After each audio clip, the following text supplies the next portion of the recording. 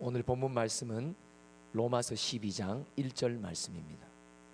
로마서 12장 1절 다 같이 한 목소리로 봉독하겠습니다. 그러므로 형제들아 내가 하나님의 모든 자비하심으로 너희를 권하노니 너희 몸을 하나님이 기뻐하시는 거룩한 산 제물로 드리라. 이는 너희가 드릴 영적 예배니라. 아멘. 하나님이 그 아들을 우리의 죄를 대속하시기 위해 십자가의 죽음으로 내어놓으셨습니다. 아들을 나를 위해 죽게 하신 아버지의 마음이 헛되지 않고 허망하지 않고 보람 있게 되는 우리의 삶이 되기를 간절히 소원합니다.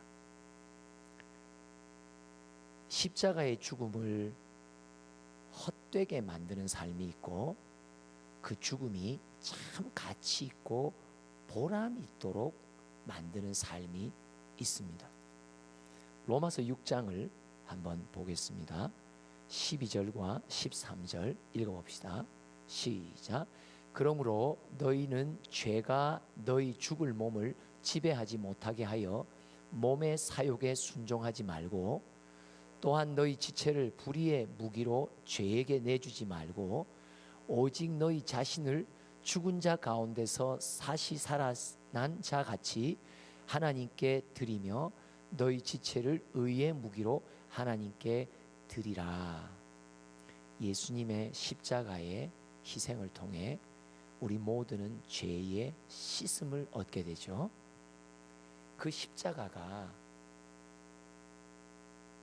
어떤 누구의 삶을 바라보실 때 하나님은 너무 허망한 거예요. 한마디로 말하면 내 아들을 괜히 죽인 거예요. 내 아들을 괜하게 십자가에 못 박은 거예요. 누구를 보니까. 누구예요? 예수의 십자가의 공로로 죄 사함을 얻고 하나님의 자녀가 되었는데도 여전히 죄의 종로로 타는 거예요. 여전히 불의의 종로로 타는 거예요. 여전히 세상과 타협하며 거기에 푹 젖어 사는 거예요. 그런 백성과 자녀를 보며 하나님의 마음은 아프죠. 왜요? 독생자 아들을 나를 위해, 그를 위해, 우리를 위해 내어주셨는데 내어주신 아버지의 마음이 아픈 거예요. 가치가 없으니까요. 그런데 어느 누구의 삶을 보니까 하나님이 뿌듯하신 거예요. 보람 있는 거예요. 아들의 생명을 내어준 보람이 너의 삶을 보니까 참 있구나.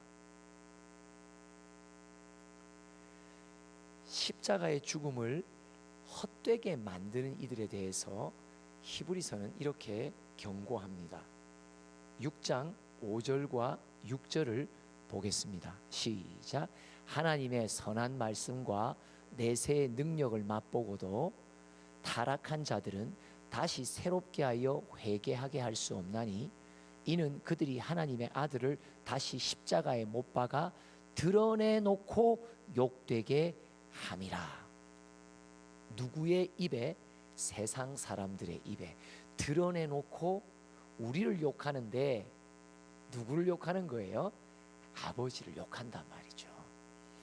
하나님 아버지의 이름이 우리 때문에 땅에 떨어졌다는 것을 말씀하십니다. 십자가의 은혜를 입고 죄로부터 해방되어 하나님의 거룩한 자녀의 출발선에 선 자들, 그 선에 선 자들이 그들의 구원에 이르기까지 삶을 경주하는데 하나님이 어들을 볼 때는 참 십자가가 허망하게 느껴지시는 거예요. 또 다른 이들을 볼 때는 십자가가 보람 있게 느껴지시는 거예요. 오늘 제목인데요. 따라하십시오. 십자가의 보람이 되겠습니다. 십자가의 보람이 되겠습니다. 아들을 내어주신 아버지의 마음에 내 삶을 보신 아버지가 참 헛되게 느껴지지 않고 너를 보니까 내가 아들을 내어준 게 참 마음에 보람이 된단 말이죠. 아이들을 위해 헌신하고 수고할 때 보람이 느껴지는 아이들이 있고 그냥 헛되게 느껴지는 아이들이 있어요, 없어요? 여러분들도 있죠. 아버지의 마음을 한번 헤아려 보세요. 아이들 앞에서만, 자녀들 앞에서만 헛되다고 슬픈 마음 가진 적 있으셨다면 내 하나님 아버지는 나의 삶을 보고 얼마나 보람 있게 여기고 계실까? 아니면 슬프고 허망하게 느끼실까?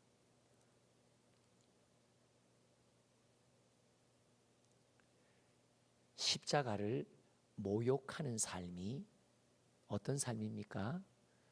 죄사함의 은총을 받고도 여전히 죄의 종노릇하는 거예요.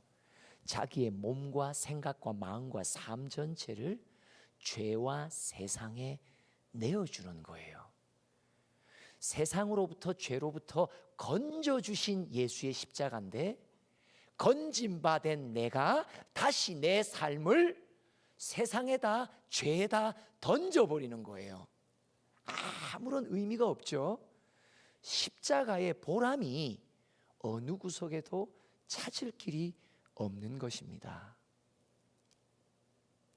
그러면 여러분 어떤 삶을 주님은 보시고 참 보람 있다고 여기실까요? 한번 16절부터 6장 16절부터 읽어봅니다. 시작.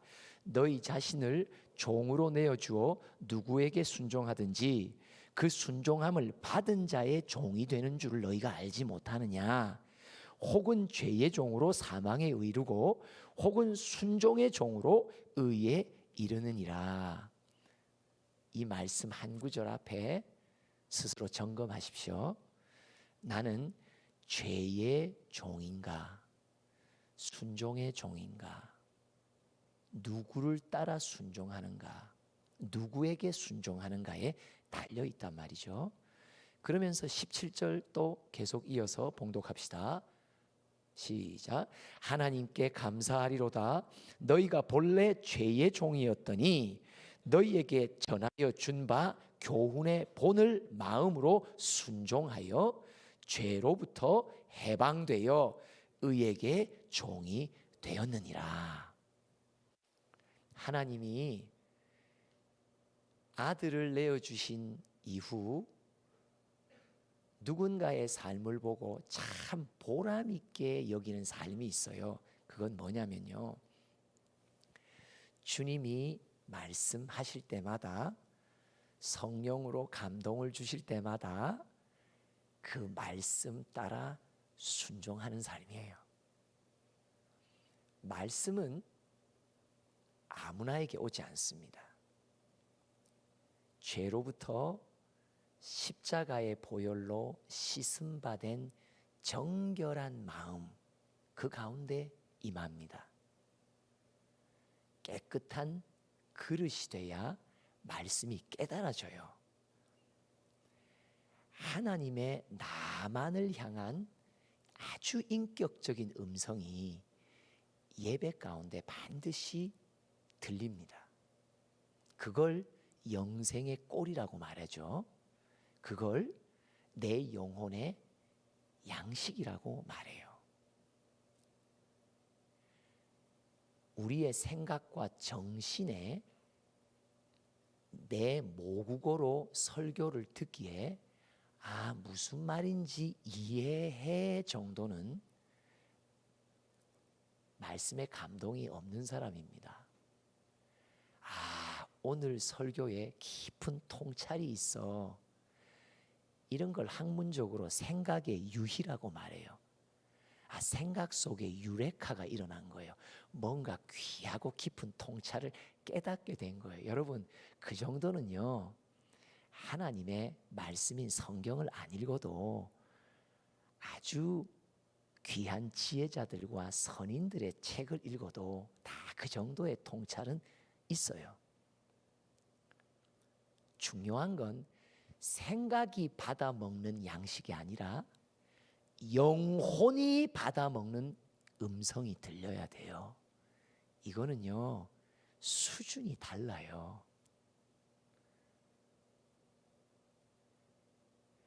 십자가의 보혈은 우리의 세상과 죄로 더럽혀진 마음을 씻어주십니다. 이것은 매일 원하는 자에게 씻음 바 해주십니다. 더 씻어달라고 간구하십시오. 더 깨끗함을 얻기 원한다고 십자가에 나아가십시오. 예수의 피가 아니고서는 내 심령에 더럽혀진 것이 제거될 수 없다고 절대적으로 다가가 고백하시면 십자가의 정결케 하심이 내 마음을 만져주십니다. 근데 그 십자가의 역사가 허망하게 거기서 끝나면 안 된단 말이에요. 씻어주신 십자가의 역사가 내게 있고 나면 그 깨끗한 그릇에 말씀이 담겨진단 말이죠. 깨끗한 심령 준비된 마음에는 때에 맞는 내가 형편 속에 처한 내 믿음의 분량에 딱 맞는 말씀이 준비되어 있고 들려진단 말이에요.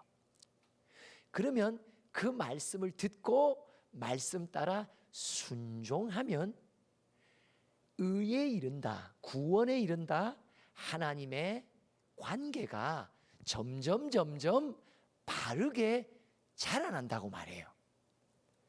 19절 더 한번 읽어볼까요? 19절 시작. 너희 육신이 연약함으로 내가 사람의 예대로 말하노니 전에 너희가 너희 지체를 부정과 불법에 내어주어 불법에 이른 것 같이 이제는 너희 지체를 의에게 종으로 내어주어 거룩함에 이르라. 의에 이르라. 거룩함에 이르라. 구원에 이르라. 같은 말이에요. 다른 측면이에요.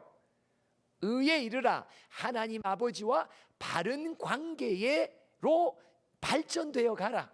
구원에 이르라. 구원의 출발선에만 서 있지 말고 구원의 완성을 향해 나아가라. 거룩함에 이르라. 아버지의 거룩함의 형상을 계속 닮아가는 자가 되거라. 아버지의 그 형상이 완성되는 날까지, 그리스도의 장성한 분량이까지 자랄 때까지 어떻게 자랍니까? 어떻게 하나님의 아버지의 거룩함을 계속 입어가고 닮아갑니까? 깨끗한 그릇에 임하는 말씀 따라 순종함으로 닮아간단 말이에요. 여러분, 십자가의 역사는 이 말씀을 받는 나의 그릇을 준비시키시는 거예요. 깨끗하게 해주시는 거예요. 정결케 해주시는 거예요. 그런데 그 십자가의 역사를 정결함으로 멈추면 안 된단 말이에요. 왜 십자가의 은혜를 내게 주십니까? 왜 나를 정결케 해주십니까? 정결한 그릇에 말씀을 담아 말씀대로 순종하는 그 다음을 열어주시기 위해 있는 전반전이란 말이에요. 죄의 씻음은 신앙의 전반전이란 말이에요. 근데 우리는 죄의 씻음에 회개를 하고도 다시 죄로 돌아가 버리니까 하나님의 구원의 전반전의 역사가 허망하게 돌아간단 말이죠. 어디까지 가야 돼요? 후반전까지 가야 된단 말이에요. 경기는 어디서 종료되나? 하나님의 형상 거룩함의 점 하나를 내 심령 속에 찍는 마침표가 있는 것이 경기 종료의 한 단위란 말이에요. 말씀을 받으려면 십자가의 정결함이 내게 반드시 전제됩니다. 여러분, 개인적으로 큐티를 하거나 주님 앞에 독대하는 과정도 똑같습니다. 공동체적인 예배도 똑같습니다. 누구에게 예비된 말씀 때에 맞는 양식이 주어집니까? 정결함으로 씻어진 심령에게만 주어지는 거예요. 그렇지 않으면 주어지지 않습니다. 그러나 그 정결함을 받은 심령이 잘 보존되어 아버지의 말씀을 들을 수 있고 말씀대로 순종해 나가 그 말씀 속에 담긴 아버지의 인격의 거룩함을 내 인격 속에 쌓아가는 마침표를 찍어야 하나님이 네가 내 앞에 나와 애통하는 마음으로 자복했을 때 참 귀히 여겼단다. 그런데 자복하고 씻음 받은 너는 이제 다음으로 넘어가 말씀을 받고 순종하여 나의 거룩함을 입어야 되는데 그까지 나아가지 못하는 게 나한테는 참 아쉽단다. 십자가의 보람이 하나님께 느껴지지가 않는 거예요. 십자가의 역사는 일어나는데 애통은 일어나고 죄의 사함은 일어나고 정결의 역사는 일어나는데 그 다음에 말씀을 받아 순종한 걸음이 이어지지 않는단 말이죠. 전반전의 구속의 역사를 해주신 하나님의 마음이 너무 아쉬운 거예요. 안타까운 거예요. 후반전의 경기가 남았는데 너는 회개만 하고 회개의 열매, 거룩함의 열매를 맺는 말씀의 순종을 잊지 못하니까, 이어가지 못하니까 인생 독에 회개의 눈물은 있고 십자가의 정결함의 역사를 맛보고도 계속 또 뒤로 돌아가, 또 뒤로 돌아가, 또 뒤로 돌아가. 진전이 없는 거죠. 무엇이 진전입니까? 아버지의 형상의 거룩함을 닮아가는 한 걸음이 진전이고 그걸 위해서 십자가의 역사가 필요한 거거든요. 그죠?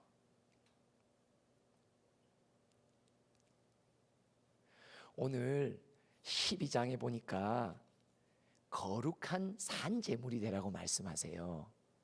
아버지의 형상을 닮아가는 자들이 되라는 거죠. 그런데 이 닮아감을 갖기 위해서 이제 깨끗해지고 정결해진 마음 가운데 하나님의 말씀이 들리게 되죠. 오늘도 준비된 자들에게는 이제 이후 묵상하고 읽게 되는 말씀 속에서 내가 순종해야 될 말씀의 감동이 올 것입니다. 12장 2절 한번 읽어볼까요? 시작. 너희는 이 세대를 본받지 말고 오직 마음을 새롭게 함으로 변화를 받아 하나님의 선하시고 기뻐하시고 온전하신 뜻이 무엇인지 분별하도록 하라. 세대를 본받지 말라. 마음을 새롭게 한다. 변화를 준다. 뭐예요? 십자가의 역사예요. 정결케 해주신단 말이에요. 깨끗한 심령으로 나를 변화시켜 주신다. 그러면 어떤 일이 벌어져요? 오늘 이날 내가 순종해야 할 한 말씀이 내게 음성으로 들린단 말이죠. 그래서 히브리서 3장에도 강조하는 게 뭐냐면 오늘이라 일컫는 이날, 오늘이라 일컫는 이 순간 깨끗해진 심령마다 내리시는 영생의 꼴, 말씀, 하나님의 명령과 하나님의 요구, 순종해야 될 하나님의 말씀이 주어진단 말이죠. 깨끗한 심령에만 분별이 돼요. 들린단 말을 하는 거예요. 2절은. 그러면 어떤 구체적인 말씀이 들려야 합니까? 자, 3절부터 읽어봅시다. 시작. 내게 주신 은혜로 말미암아 너희 각 사람에게 말하노니 마땅히 생각할 그 이상의 생각을 품지 말고 오직 하나님께서 각 사람에게 나누어 주신 믿음의 분량대로 지혜롭게 생각하라. 계속. 우리가 한 몸에 많은 지체를 가졌으나 모든 지체가 같은 기능을 한 것이 아니니 이와 같이 우리 많은 사람이 그리스도 안에서 한 몸이 되어 서로 지체가 되었느니라. 우리에게 주신 은혜대로 받은 은사가 각각 다르니 혹 예언이면 믿음의 분수대로, 혹 섬기는 일이면 섬기는 일로, 혹 가르치는 자면 가르치는 일로, 혹 위로하는 자면 위로하는 일로, 구제하는 자는 성실함으로, 다스리는 자는 부지런함으로, 긍휼을 베푸는 자는 즐거움으로 할 것이니라. 아멘. 요 3절부터 8절까지는 뭘 말하냐? 하나님의 몸의 공동체는 각 지체들에게 자기만의 기능을 주셨다는 거예요. 학교도 마찬가지잖아요. 각자에게 업무가 있고 직분이 있잖아요. 그러면 자기 직분에 맞는 생각만 하라는 거죠. 그 이상의 생각을 해서는 안 된다는 거예요. 누군가가 결정해야 될 사안을 다른 사람이 결정하는 말을 하면 될까요? 안 될까요? 안 되죠. 반에 들어갔는데 담임 선생님이 결정해야 될 사안인데 반장이 이미 아이들하고 결정을 내린 거예요. 이게 바로 그가 생각할 이상의 생각을 품는 거예요. 생각밖에, 여러분, 우리는 그리스도의 몸된 공동체 속에 살아가면서 우리의 생각을 하나님 앞에 통치받지 않으면 우리는 습관적으로 누군가 내 위의 권위자가 생각해야 될 바를 내가 앞서서 생각하는 죄를 짓는다니까요. 맞죠? 생각의 경계선을 넘어가게 됩니다. 이걸 조심하라고 말합니다. 자, 그 다음 9절부터 한번 읽어봅시다. 제가 한 구절 한 구절 읽어드릴 때 여러분들은 이렇게 화답하시기 바랍니다. 십자가의 보람이 되겠습니다. 다른 말로 말하면 뭐예요? 이 구절마다 읽는 말씀을 내가 순종하겠다고 결단하는 거죠. 자, 이제 9절부터 읽어드릴 테니까 여러분들은 어떻게 화답한다고요? 연습해 봅시다. 시작. 십자가의 보람이 되겠습니다. 순종이 십자가의 보람입니다. 순종을 통한 하나님의 형상을 닮아가 거룩함에 한 걸음 나아가는 것이 하나님께는 큰 보람이 된단 말이죠. 자, 9절 제가 읽어드릴게요. 이제 읽고 끝나면 한 절 한 절 읽으면 여러분 큰 소리로 결단하세요. 사랑에는 거짓이 없나니 악을 미워하고 선에 속하라. 형제를 사랑하여 서로 우애하고 존경하기를 서로 먼저 하며 부지런하여 게으르지 말고 열심을 품고 주를 섬기라. 소망 중에 즐거워하며 환난 중에 참으며 기도에 항상 힘쓰며 성도들의 쓸 것을 공급하며 손 대접하기를 힘쓰라. 또 합니다. 너희를 박해하는 자를 축복하라. 축복하고 저주하지 말라. 즐거워하는 자들과 함께 즐거워하고 우는 자들과 함께 울라. 서로 마음을 같이하여 높은 데 마음을 두지 말고 도리어 낮은 데 처하며 스스로 지혜 있는 채 하지 말라. 아무에게도 악을 악으로 갚지 말고 모든 사람 앞에서 선한 일을 도모하라. 할 수 있거든 너희로서는 모든 사람과 더불어 화목하라. 내 사랑하는 자들아, 너희가 친히 원수를 갚지 말고 하나님의 진노하심에 맡기라. 기록되었으되 원수 갚는 것이 내게 있으니 내가 갚으리라고 주께서 말씀하시니라. 내 원수가 줄이거든 먹이고 목마르거든 마시게 하라. 그리함으로 네가 숯불을 그 머리에 쌓아 놓으리라. 악에게 지지 말고 선으로 악을 이기라.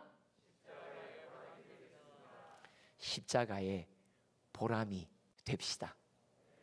아들의 생명을 나를 위해 내어주신 하나님 아버지, 그의 마음에 야, 참 너의 삶을 볼 때마다 나는 내 아들의 생명의 가치가 참 너무 크구나. 내가 참 잘했다고. 내가 내 아들을 내어줘도 너의 삶에 성결을 향한, 순종을 향한, 거룩함을 향한 씨름과 너의 열심을 볼 때마다 나는 참 보람되다고. 오늘은 성금요일입니다. 하나님이 그의 아들 예수를 우리 같은 죄인을 위해 내어주신 날을 기념하는 날입니다. 그 날을 기념하며 가장 하나님께 드릴 수 있는 선물이 무엇일까요? 아들을 내어주신 하나님이 보람 느끼게 해주시는 거예요. 해드리는 거예요. 뭐죠?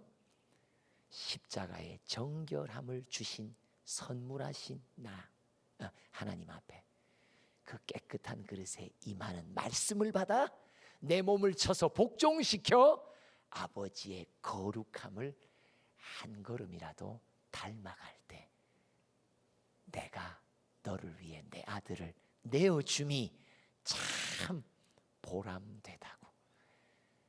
십자가의 보람이 되는 주인공들 되시기를 소원합니다. 기도합시다. 하나님, 십자가의 죄 씻음이